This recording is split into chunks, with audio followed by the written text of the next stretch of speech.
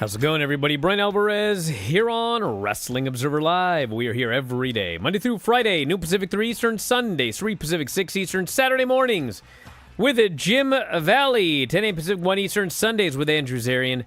And it's Thursday here on the show, and you know what that means?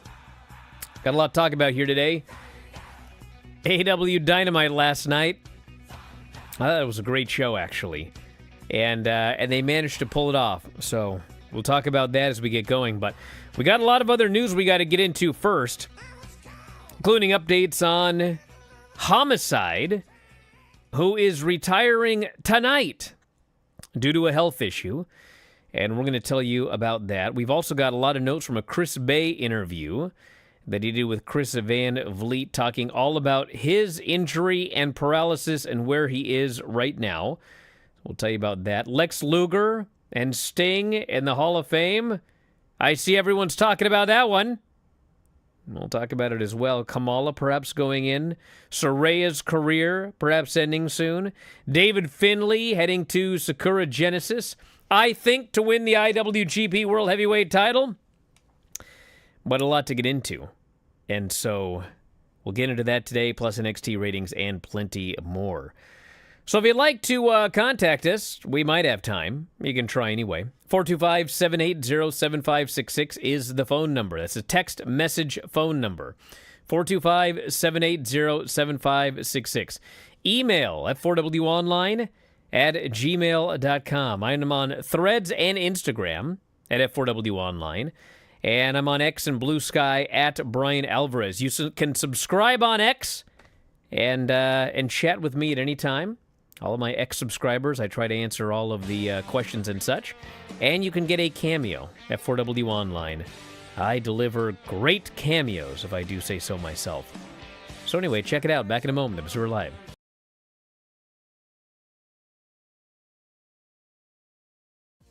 Have you grabbed your F4WOnline.com shirt yet?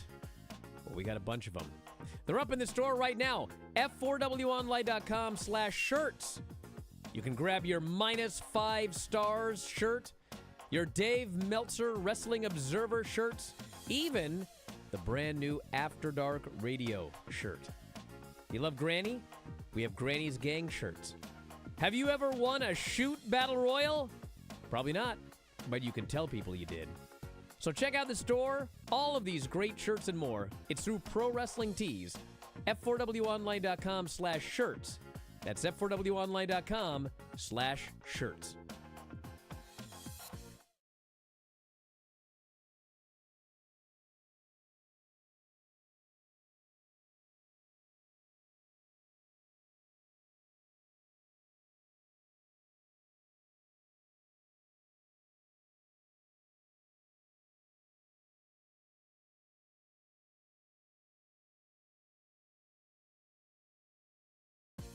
Have you grabbed your F4WOnline.com shirt yet?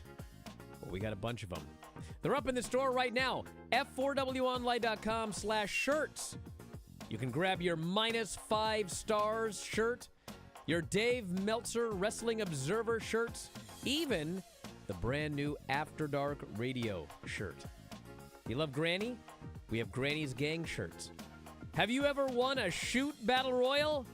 Probably not, but you can tell people you did. So check out the store. All of these great shirts and more. It's through Pro Wrestling Tees. F4WOnline.com/shirts. That's F4WOnline.com/shirts. If you love our shows and you only want the shows, you can sign up today through Apple Podcasts. Apple Podcasts carries every podcast that we produce. Over 84 podcasts every single month. And you can get every one of them at a touch of a button through Apple Podcasts. The easiest way to check it out is to go to F4WOnline.com/Apple. In fact, we have a free trial. Free! You pay nothing. Check it out, and if you enjoy it, the service is just $9.99 per month. And if you think about $9.99 divided by 84 podcasts, it's just pennies per day to sign up through Apple Podcasts. So check it out, F4WOnline.com/Apple. That is F4WOnline.com/Apple. Try your free trial today.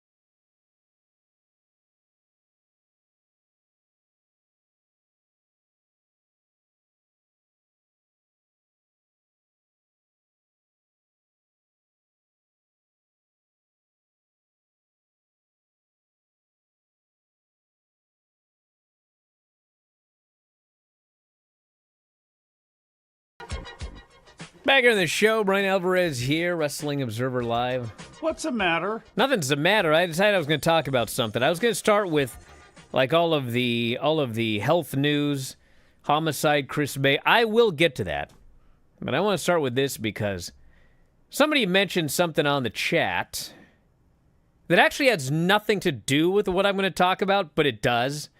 They wrote, "I miss year one AEW."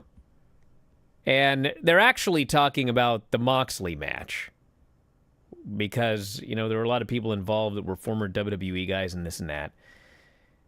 But I was thinking about that. I miss year one AEW. And I want to talk about Lex Luger and Sting. So Lex Luger is going into the WWE Hall of Fame. Okay? Lex Luger wants Sting to induct him into the Hall of Fame. Sting is under contract with AEW. And so in order for Sting to induct Lex Luger into the Hall of Fame, AEW and Tony Khan would have to allow him to do it. Okay? So Dave brought this up last night. He said, well, what would you do? And I said I'd let him do it. And Dave said I wouldn't. And he gave this litany of reasons that he wouldn't. You know, AEW offered this. WWE didn't do anything in return. WWE counter programs. WWE counter books events. You know, WWE's mean, et cetera, et cetera. And, you know, on the board today, there's like a whole debate. Should Tony Khan let him do it or not? And a lot of people, Dave convinced them that AEW should not allow it. And I disagree with that.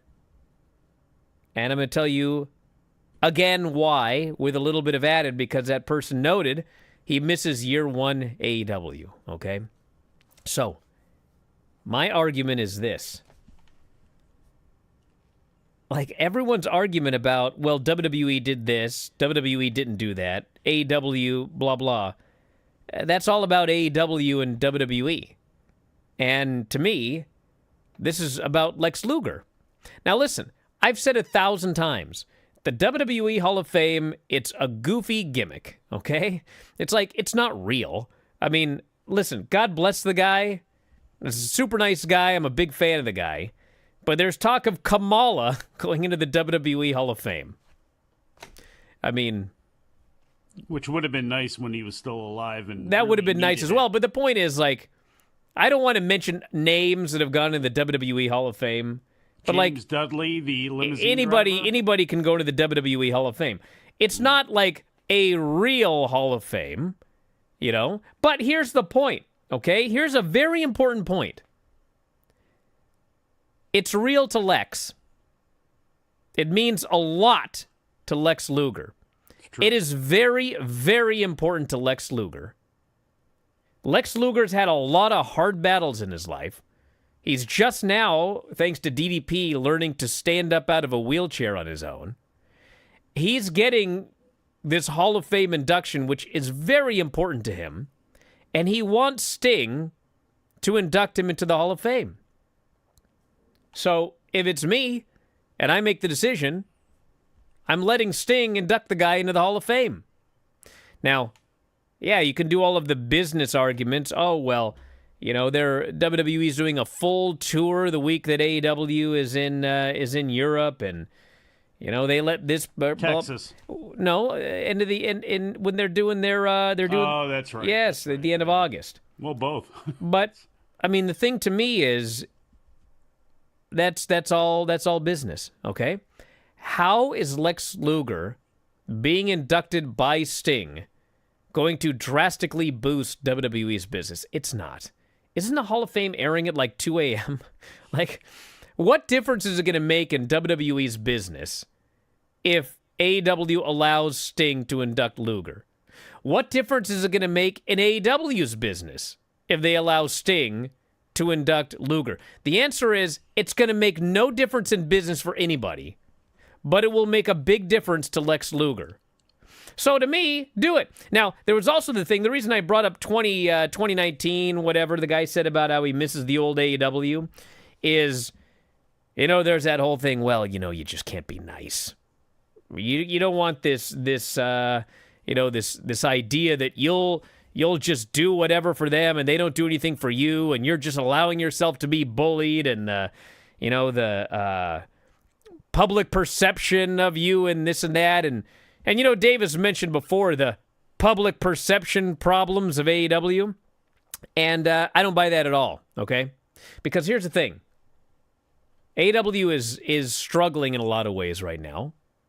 And if you would ask somebody, well, what's the public perception of AEW and Tony Khan? What is an anti-AEW person going to tell you is the public perception of AEW and Tony Khan? What is a non-AEW fan? What's someone who doesn't like AEW going to tell you is the public perception of AEW? I would think soft would be a word. Well, they'd say that Tony is a money mark who doesn't know how to book, right? Got it. Okay. Well, that's okay. Okay. Well, there was a period in 2019, 2020 when they were doing really, really well. They were actually kind of eking up towards the 18 to 34 and 18 to 49 numbers of WWE, okay?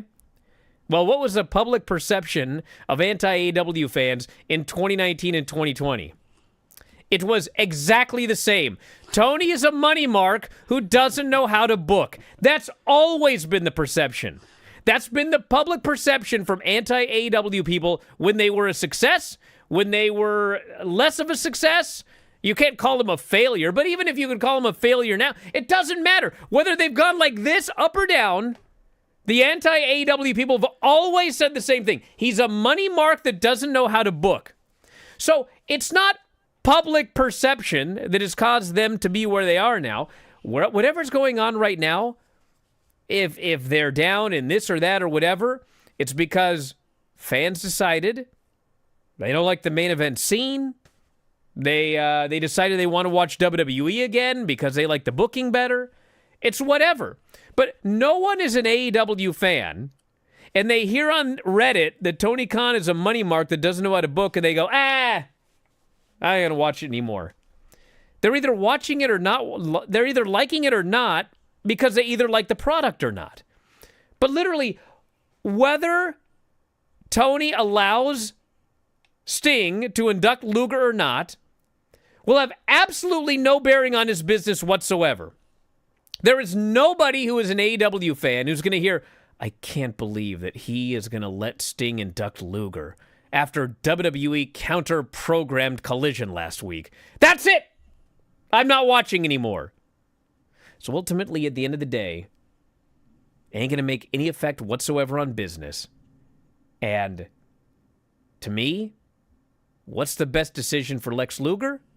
Well, that's Sting inducting him. So I think that they should allow it. That's it. If you disagree, that's fine. I don't care. But if it were me, I'd do it. And I wouldn't feel bad about it.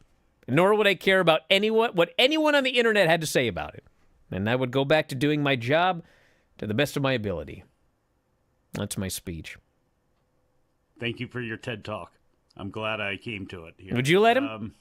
Absolutely. Yeah. Here's why. It's a case-by-case basis. Of course, WWE and TKO and RE and everybody involved is going to always do what's best for them and to spite your business. Sure, that's what they do. Tony Khan has proven himself to be a human being. Now, some people can say from a business point of view, he has hurt himself with that, with William Regal, and all of these things that people will bring up. The fact of the matter is, Lex Luger's in bad shape. Sting has always been his best friend. Why not go ahead and do this?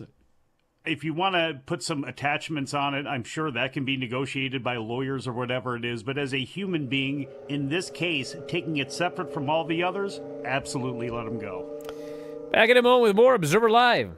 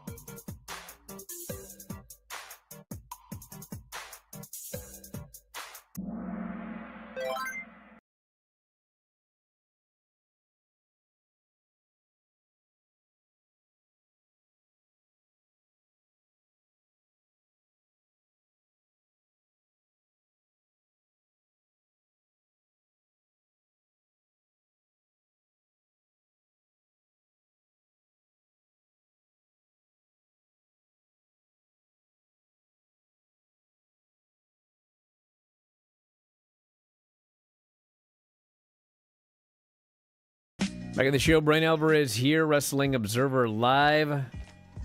Mike Sempervive, also of WrestlingObserver.com. Best wishes to Homicide, who is retiring tonight. Yes, he is retiring tonight. He announced on his Facebook, "Can't believe I'm saying goodbye. Not only a job, the passion, the sport of pro wrestling. I'm leaving because I went to my doctor and found a cyst on my brain. Had it for months, getting worse. My vision, speech is bad because the hard hitting, getting knocked out, hitting a plane to travel." He said, "Thank you for the support. This is not goodbye. This is I'll see you later." So, I don't know much more about it than that. But hopefully he can do this match and then hopefully get a treatment and then maybe return at some point. But, you know, obviously retirements in wrestling or whatever. But with a situation like this, you retire. And you may not be able to come back. So hopefully he can. Hopefully he can get this figured out. But best wishes, that'll be tonight in Brooklyn. If you want to go, it'll be Outlaw Wrestling, Homicide and Bull James against Alpha Jr. and Mike Santana is the match. That's Outlaw Wrestling tonight in Brooklyn, New York. So if you're in the area, show up if you can. Alpha Jr., is that Manu? The former Manu from WWE? I don't know. Believe it might be, but sucks. And in the future, if there is a GoFundMe for Homicide, throw into it. Because as somebody who was discovered to have cysts on their brain in different places, and as they went in for one thing, they looked at some other things and went, ooh, how many times have you been knocked out? And things like that. It gets expensive. And multiple MRIs a year and things like that. It can be very costly. So hopefully everything is sorted the best for Homicide, and hopefully he is able to come back and things go smoothly for him. Forget about his wrestling career, but for his future. And then we had a long interview with Chris Bay on the Chris Van Vliet show, and he talked about his injury. He was at Bound for Glory working the Hardys. Took a neck breaker where he said he and Matt Hardy missed each other by, quote, an inch. So I'm not sure exactly what happened there. But anyway, he thought he had a stinger. But then he realized this was not good. And he said that his fingers were shaking, his arms were hot, he couldn't feel his toes, and he didn't know what was going on. Never had surgery before, never even a broken bone. Taken in the ambulance, taken to the hospital. They put him under, fused C6 and C7, and C6 to T1, and he woke up the next day, and he said it was day one. They told him 3 to 6 months, he'll have a better understanding of where he's at. Year to 18 months, they'd know even more. He was told 10 to 25% chance to walk again. And look at me now, he said. He was very messed up for the first 2 days. And he said that the video that he showed when he got up out of his wheelchair and walked, he said it wasn't pretty, took a lot of therapy, a lot of days where he wasn't better than the day before. He wanted to try to make it look as normal as possible. He was in his wheelchair for 3 weeks after the surgeries, 2 months in a hospital, flew home December 28th. Said his fingers and hands started to move a few days to a week after the surgery, but he's still working on trying to grip things like removing bottle caps. And he said December 3rd was when things changed. His physical therapist said he was able to move his adductor, which is in your hip, and that's when they got excited. And so he started doing PT 6 hours a day, 3 times a week, more when he could. He put over CM Punk, who told him that the odds of walking again that he was told, Punk told him, I think that diagnosis applies to humans and you're not human. And so he was very thankful for CM Punk, his shout out on Raw that he gave him. Very thankful for the GoFundMe, which people are still donating to. He can't earn money right now, he says. But the money affords him time to, quote, figure something out. Gives me the opportunity to not have to stress about how to survive and keep a roof over his head. He confirmed TNA covered all medical expenses and that somebody from the company checks in on him pretty much every day. He said they did so much more than I ever would have anticipated or expected. And he said he was in the best shape of his life prior to the injury. Now back in the gym. He lost 30 pounds in the hospital. He's put 10 pounds back on. Used to bench over 300, now benches 95. But he feels very good about 95. And he says he still has a lot of man difficulty in real life. And regarding a return, he said, never say never. He said the day after the surgery he was content and understanding that his in-ring career was likely over. Didn't see a world where he could come back. Felt like he had passed away, in a sense. But over time, motivation came from wanting to have a family and being able to both stand and play with his future kids. And that's what drove him. He recently mentioned to his girlfriend the idea of wrestling again, and that maybe if it took 5 years off, he could come back in his 30s. And he said, that's where the greatest story ever told begins. If I can do that, I can change the world. So that's the latest. All the best to Chris Bay. It's been a remarkable recovery so far, and hopefully it continues. Okay, God is good, medical science is good, and Chris Bay is great. And the community from everywhere that has circled around him and is supporting him right now, it's wonderful to see and wonderful to hear. And it's amazing that, the fact he can bench press anything, it's just, wow, just an incredible story. This person here says, what happened to him? Well, he broke his neck and was paralyzed. That's what happened to him. It's a TNA TV taping in June. When was it? It was Bound for Glory, so it would have been October. Yeah, was it the taping right after Bound for Glory? I believe so. Okay, yeah. So. Because it was not on the pay-per-view. David Finlay won the New Japan Cup. Beat old Shota Umino. And now, April 5th is Sakura Genesis. It is him and Goto for the IWGP World Heavyweight title. And I think that's it for old Goto. Man. We'll see. Well, if you're going to pull the trigger on David Finlay, now would be a tremendous time to do that. And I know I'll get into it with Adam Summers when we record the Big Audio Nightmare tomorrow, looking at the entirety of the New Japan Cup. But I will say this. With two of their younger, most important guys, Shota Umino and Yota Tsuji, David Finlay this year has had excellent, incredible matches with both of them. Used to be a thing they hang on Finlay. The only guy he can have good matches with is Will Ospreay, and everybody would point to Ospreay, but Finlay has really come into his own. I like the story of Goto continuing to be the old man that holds on to that belt, but if you want one of the young guys, by the time the Tokyo Dome rolls around, to take it off of a foreigner as opposed to an older guy, no problem. The story is pretty much the same as long as you have the guy, Yota Tsuji, that can beat them. Bird says, give Goto a proper run. Well, you could. You could. But, you know, sometimes... be told either way. Sometimes the story is the chase and the win, and then it's done. And you can move on. It's happened. Yeah, but here's the thing. The person that is chasing, and that's the most important part when it comes to New Japan, because you can have the old guy, you can have the foreigner, you can tell either story that you want, but you got to have somebody that is in gear by the time that's going to happen. So either way, however they decide to play this, it's going to be really important here in these next, 9 months before the Dome that somebody's actually ready to take this promotion and carry it on its back. Remember when Hogan came back in like the early 2000s and like he was just like so ridiculously over, and they gave him the title, and like people went absolutely haywire when he won the title, but it was like he wasn't gonna be the guy. Yeah. It was just he had his like it was the right person at the right time, the right story. You remember what Brock did to him? Got it over with and moved on. Wiping that Hogan blood all over his body, and then Hogan was out there being Mr. America. Maybe Finley can F5 Goto multiple times. Get him over. I don't. Man, this NXT show 676,000 viewers. And are they in the mud? 0.15. It's the lowest number since Christmas Eve, which would have done poorly because it was Christmas Eve. Did go head to head with portions of two playing games for March Madness, which did a 0.38 and a 0.7. So it did have some competition. Whatever happened to Below Deck? I don't know.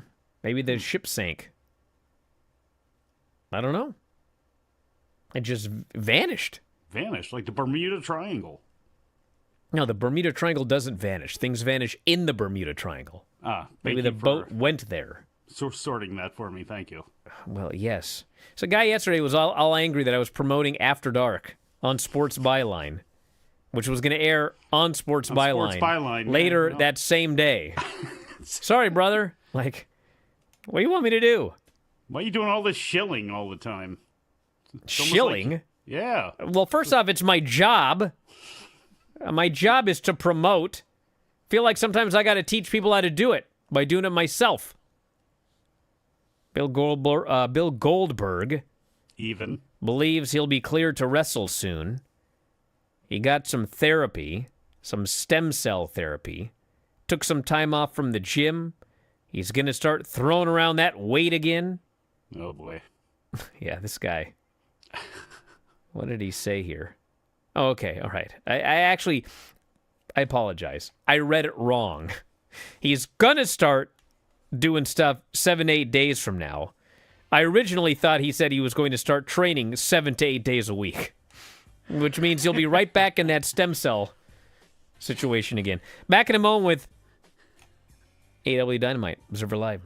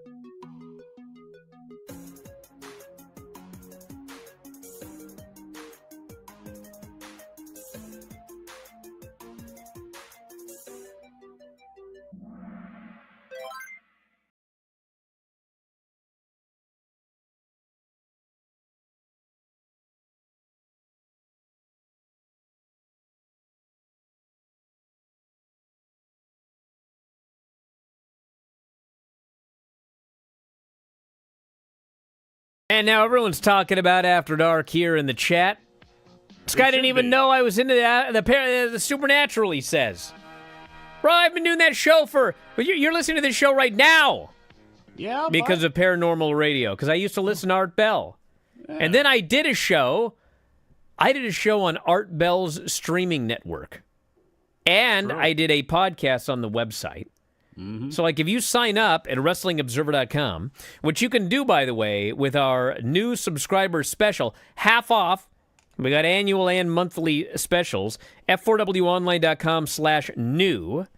That is F4WOnline.com/new. You can go into the archives. There's like hundreds of old episodes of After Dark I did, interviewing all sorts of people. And next week, Stan Deo will be our guest. And you can Google that one. Hansen. This might be more bizarre.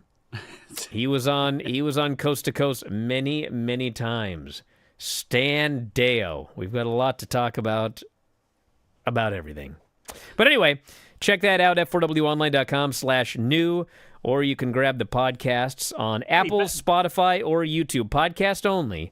Apple, Spotify, or YouTube. Just put those words after F4W Online. F4WOnline.com/Apple. F4WOnline.com/Spotify, F4WOnline.com/YouTube.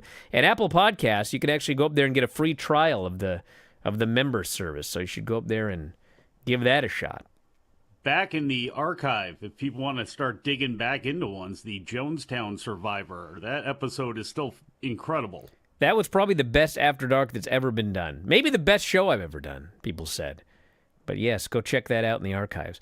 All right, a couple of notes from Dynamite. We'll do a full review. For subscribers, by the way, WrestlingObserver.com, Apple Podcasts, Spotify, or YouTube. Tonight, if you're on YouTube, you can actually watch it live at 8 Pacific, 11 Eastern. But we'll go over NXT and AEW in depth. There's always that guy that's like, I can't believe on Observer Live Bryan didn't talk about such and such a nothing happening segment. Well, that's what I got 90 minutes for tonight, brother.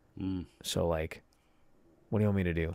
They don't listen too good to this either. There was a snowstorm, and everybody in an advertised main event got there. Some people didn't get there. The fans, about 5 o'clock, the weather cleared up enough that they could make it to the building, so there was a pretty good crowd. And Moxley, I think, drove like 10 or 11 hours, and Mercedes flew into a neighboring state and drove like 6 hours. And it was, and like I said, you know, there were people. Imagine having to fly into Des Moines to drive to Omaha, for heaven's sake. They learned about the weather in the Daily Update and went, what? And made plans to get there early. So, yeah. Maybe you can start. You made fun of me, but I did a real service here giving that weather report. Apparently, can you start doing corn and soybean reports, too, for the folks in the Midwest? I can do egg reports. What are they at right now? I'm still only paying $2. You know what's funny? What's that? You don't have anybody with chickens around you. That's what's funny. These there are all sorts of eggs, okay? There's the eggs that you just get at the grocery store that are like pasty white. They're just cheap eggs. Yeah. But then you can pay like more for the good eggs from small farms, pasture raised. So the cheap eggs, you know, sick chickens, cheap eggs, they're like, you know, $2.99 a dozen or whatever back in the day. But then like the expensive eggs are $9.99 or $11.99 or whatever. Well, after this whole bird flu thing happened, it really affected these giant farms that make cheap eggs. So now I go to the grocery store, and like the cheap crappy eggs are like $12 a dozen, and like the good pasture-raised eggs from small farms are like $8 a dozen. So anyway, go for the good stuff now, everybody. I mean, people talk about like how eggs are too expensive and everything. How many eggs do you eat? A lot of eggs. You don't eat that many eggs. No, like you can pay $8.99 for a dozen eggs, and you can eat for several days. Yeah, but that's insane. $9 for eggs is insane in the United States of America, but some people use that as one of their main proteins. It is, but you know what? You go and you buy your kid. If you bake, you need eggs. You just stop baking then. It's not good for you. Well, but the point is, if you take your kids to get crappy food at McDonald's, you're going to pay $8.99 for a Happy Meal. You may as well get a dozen good eggs, healthier. I guess that is one way to look at it, yes. Yeah. Guy going, stop being poor. No, brother, stop. Dude, I'm not going to spend this whole show talking about food. Maybe I'll do an After Dark on that. But this whole idea that, like, you got to be rich to buy good food. No, actually, you don't. I mean, come on. It's ridiculous. You know how much people spend for crap food? A lot. That's true, but there are some places that are literal food deserts. They are nutritional deserts where, unfortunately, a lot of things are not available in parts of this, which is insane. And sometimes you do just have to go out of your way a little bit to go to a place to get some better things. But for some people, that is legitimately not an option in this country. I may start putting up some more pictures of food on my subscriber X. I'm going to put up like a real good meal and tell you how much it costs, and you'll be like, really? Golly, that double Big Mac meal that I bought was significantly more expensive. And I had to pay for my medication because I've been eating so many Big Macs. So anyway, it opened up buy some chickens, folks. Just do it. It opened up with the four-way. Orange, Mark Davis, Speedball, and Ricochet. The four-way for the international title shot. And we got a double pin. Bailey and Ricochet pinned Davis. And Justin Robertson announced it is a three-way at the pay-per-view. Speedball, Ricochet, and Kenny Omega. So this was a good match. Good, fun match. Then we had Mercedes and Billy Starks for the TBS title, which was a good match as well. Turned into a very good match by the end, until Billy killed her with a victory roll driver, which caused every single wrestler on commentary to scream and start crying. But Mercedes got the foot on the ropes, put her in the statement maker, and got the submission. Now, the most notable thing in this match was Billy doing a senton, which was a tribute to me, her former tag team partner, and nobody bothered to put it over. So don't think I didn't notice that, Excalibur. And we had a MJF promo. Next week is going to make his decision regarding MVP and the Hurt Syndicate. He found a new tanning color. He's got plenty of those. Yeah. Then we had Mox and Adam Copeland for the AEW title in a street fight. And tetanus shot on a pole. Brother. Man, hey, I didn't need to see it, but I can say now that I've seen it. Holy Moses. I don't got time here, but I'm going to give a big speech about this Jon Moxley on the Bryan and Vinny show tonight that you should tune in for. Should John? He could. I mean, hey. I'll give you the condensed version here, okay? All right. So you know how Mox is like, he's a heel? Yeah. Okay? Mm-hmm. And we all know he's married to Renee, which is acknowledged on AEW TV. Yes. And she's a babyface. Yes. And sometimes people say, this doesn't make any sense. Wrong. It does make sense. Because in real life, he's a maniac. And she knew that when she married him. And they both get along great. He does what he's going to do, and she does what she's going to do. Their relationship on AEW is very much like their relationship in real life. Well, you tell this guy no? Like, what? He's a maniac. And he's happy with it. So who are you to tell him that he shouldn't put baseball bat covered in nails in his back? You know, you guys were in the middle of a blizzard. You traveled through a blizzard to make it to this building. So you know what? You're going to get this guy putting nails in his back. You got your money's worth. They did. You know, their relationship still makes more sense to me than Mary Matlin and James Carville, that's for sure. Mary Magdalene? Mary Matlin. I think she was married to Jesus, according to that guy on After Dark a few weeks ago. So anyway, this was a match with 8,000 people running in. So Wheeler ran in as Moxley. He had to. He had his knife in his back and these nails, for heaven's sake. He had a bat covered in nails in his back, and Wheeler couldn't even get it out. And then the referee had to figure it out. And then Claudio, and then Pac, and then FTR, and then Kip Sabian and Nick Wayne. And finally, Nick gives Copeland the Wayne's World. Copeland kicked out! But then Mox put him in the Bulldog choke and beat him. This was wild. Miles better than the pay-per-view match. It was like, so they had to follow all of these crazy matches filled with blood and stuff coming off the cage and tacks and whatever else. And at the pay-per-view, they had to follow all of that with a straight wrestling match filled with holds. They went out there and they did it. And they thought, you know what? Well, we're going to get our revenge. And sure enough, they did. They overshot their target here. Will Ospreay beat AR Fox. And the story is his hip hurts. So they're making him wrestle. That's the story. Wait till he's 50. Tony's like, well, brother, you got to earn that shot at the Owen.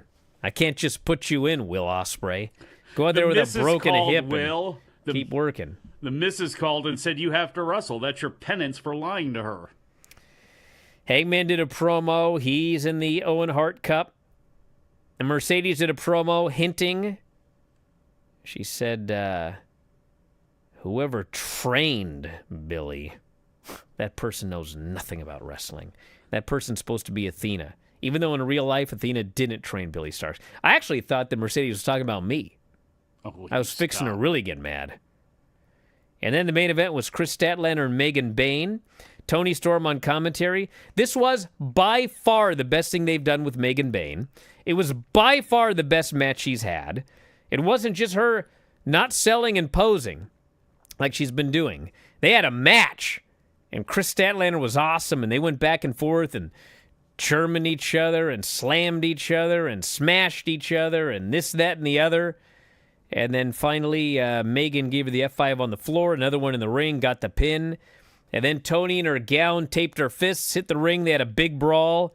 And Tony offered her a date at Dynasty.